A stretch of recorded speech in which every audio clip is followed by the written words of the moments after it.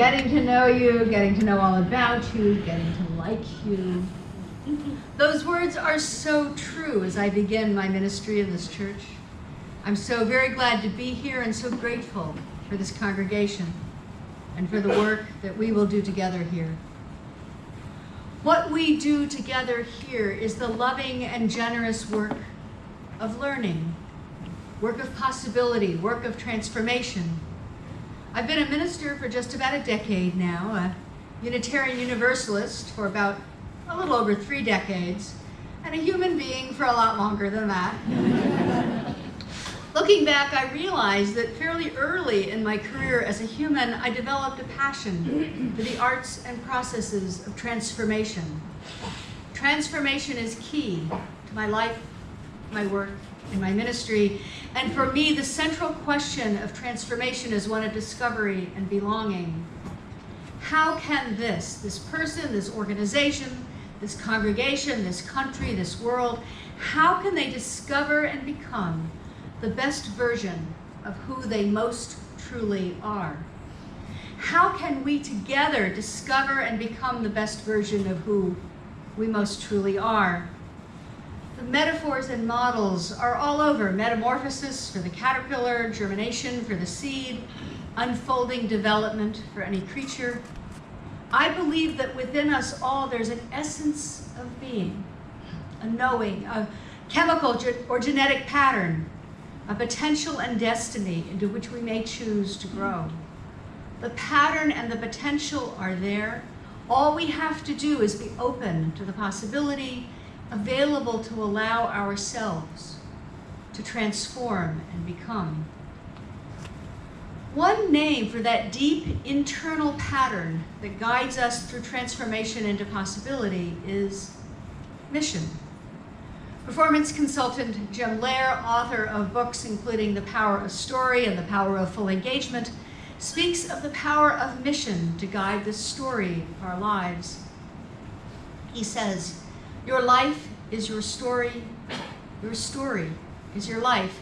Understanding our lives as story, telling ourselves our own stories, helps us navigate our way through life.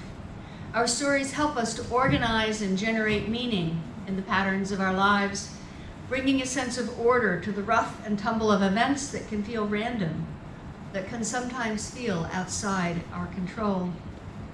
In the heart of our story lies the essence of our being, the knowing, the chemical or genetic pattern that generates our story, spinning the threads and weaving the fabric of our lives.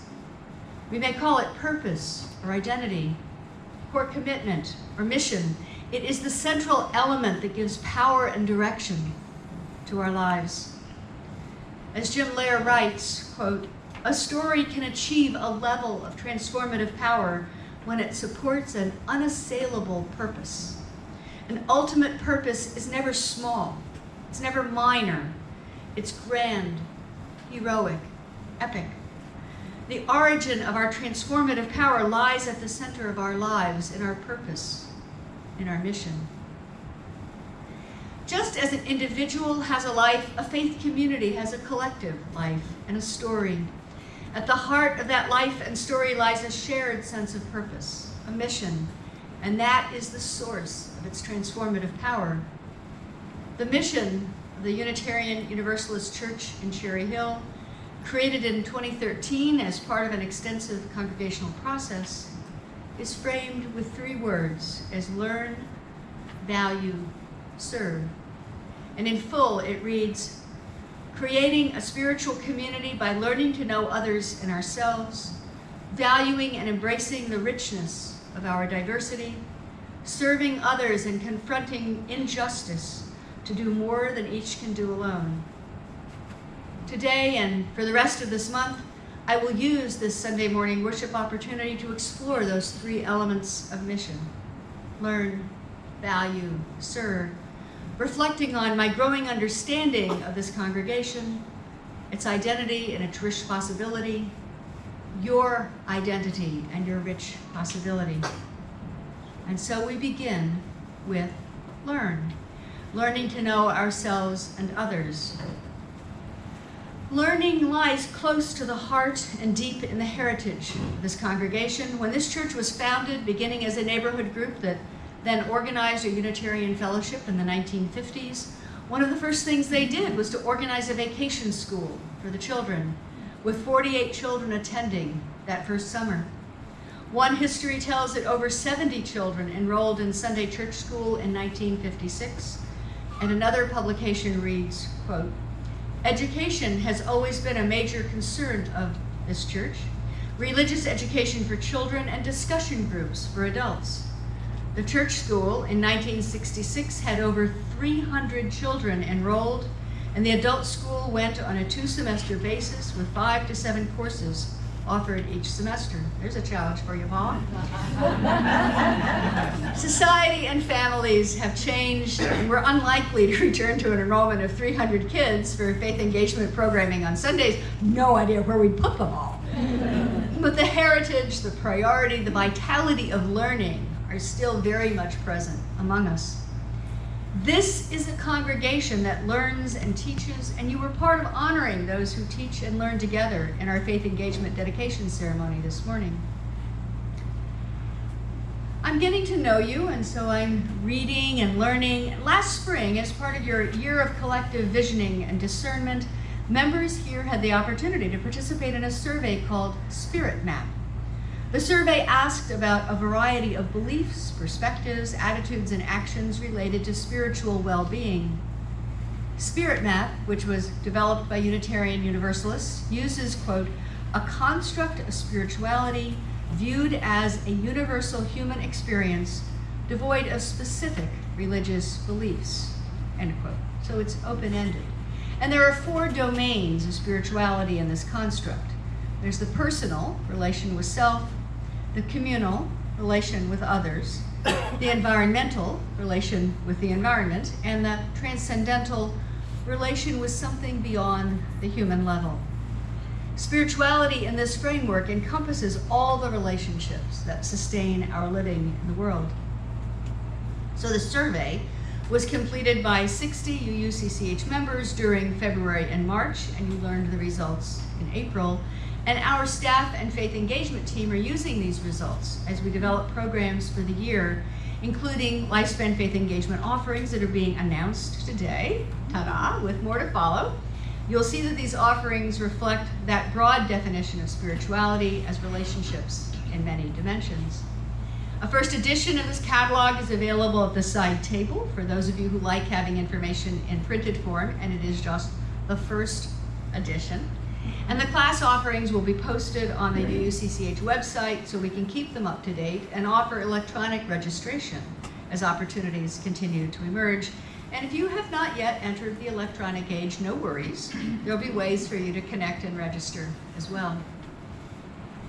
As I study your Spirit Map results, one thing I find quite remarkable, but not terribly surprising, is that the 2 highest scored spiritual strengths of this congregation, those items that you rated as both most true and most important in your responses, were, "I seek opportunities to learn and grow," and "I'm curious to learn more about how the world around me works."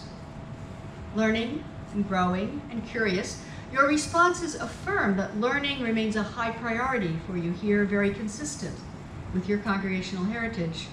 And so an important part of living into the mission for this church is to offer and participate in a range of learning and growing opportunities accessible to all.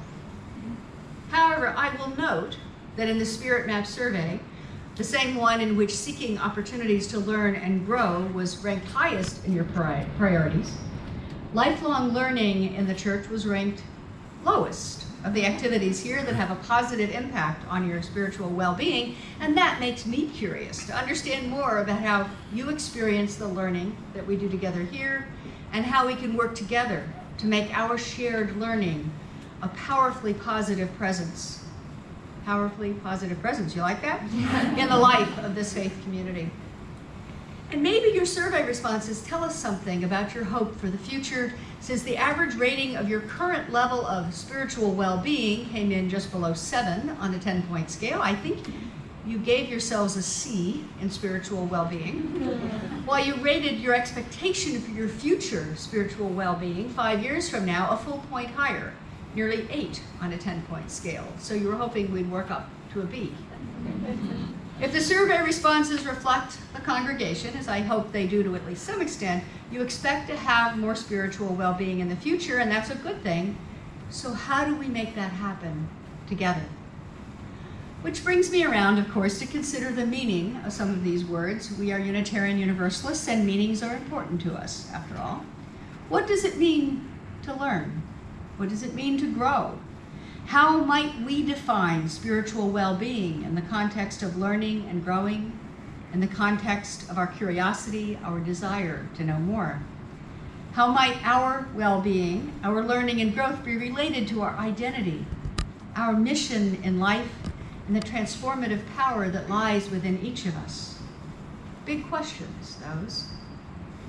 Parker J. Palmer, founder of the Center for Courage and Renewal, writes about the deep art of teaching, and I would expand his words to include learning as well. And he says, in my expanded form, quote, "To chart the teaching learning landscape fully, 3 important paths must be taken: intellectual, emotional, spiritual, and none can be ignored. Reduce teaching and learning to intellect, and it becomes a cold abstraction. Reduce it to emotions, and it becomes narcissistic. Reduce it to the spiritual, and it loses its anchor to the world. Intellect, emotion, and spirit depend on each other for wholeness. They are interwoven in the human self and in education at its best." End quote. I would say that congregational life as well thrives when intellect, emotion, and spirituality are interwoven and deeply connected in our lives together. Some years ago, there was an article in Congregations magazine, which was a ministerial trade publication from the former Alban Institute, and the provocative title was, "What are congregations for?" I've over the years asked that question myself with slightly different wording. What, after all, is the purpose of church? I think that's a useful question for any minister to keep before them. The answer proposed by the author of the article was, quote, "The primary purpose of congregations is to help human beings grow into a more mature, more deeply human existence." The primary purpose of congregations is to help human beings grow into a more mature, more deeply human existence. I think that the Spirit Map definition of spiritual well-being is very consistent with that purpose. A reason for belonging to a faith community is to seek for ourselves a more mature, more deeply human existence, an existence of spiritual and intellectual and emotional well-being. And we deepen and enhance that intellectual, emotional, and spiritual process when we make the courageous choice to approach the world with Shoshin, a word from Zen Buddhism meaning beginner's mind, an attitude of openness, eagerness, putting aside our preconceptions, approaching the new with curiosity and love. We're invited to explore new dimensions as we deepen our connections in community, strengthening our spirits, renewing the presence that we bring to the world. So I believe that spiritual well-being is indeed a primary goal of congregational life that we create together, whether we're talking about a sense of personal well-being or satisfying human relationships, a sense of connection with the environment, or our relationship with something beyond ourselves. At least one and perhaps all of these dimensions, however we might define them, are basic to why we're here. I observed all 4 of those dimensions being enacted here yesterday, as so many of you, 29 of you I'm told, showed up to spend several hours working in the gardens, sharing conversations, sharing donuts and coffee, digging and raking and clipping and pulling weeds, sharing of yourselves as you shared the work. I overheard you, I wasn't really eavesdropping, but I overheard you from my office as you engaged the personal satisfaction of creating beauty, enjoyed and deepened relationships, and most certainly connected in a very real way with the environment. Who's got dirt under their fingernails this morning? The church gardens and grounds serve as the final resting place for the remains of many beloved family members here, and your connection to the love that continues beyond death was tangible as you tended these spaces. Caring for the grounds is indeed an individual and collective spiritual practice, and the love shines through. Church can be, should be, perhaps must be a place for transformation, discovery, and becoming who we most truly are.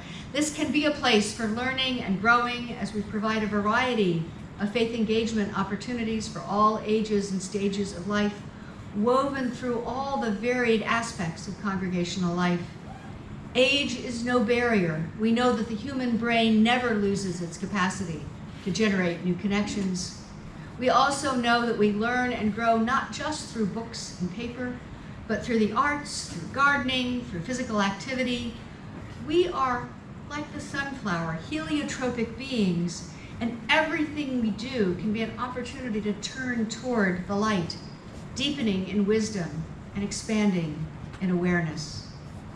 And so, as we learn to know others and ourselves, as we explore the worlds of science and spirit, as we open ourselves to curiosity, to the opportunities to learn, to grow, and explore the abundant possibility for transformation that takes us closer to who we most truly might be, I invite us all to join in a celebration of community, the deep connection of relationship, the adventure of affirmation and discovery, as together we open ourselves to the possibility of who and how we might become in the world.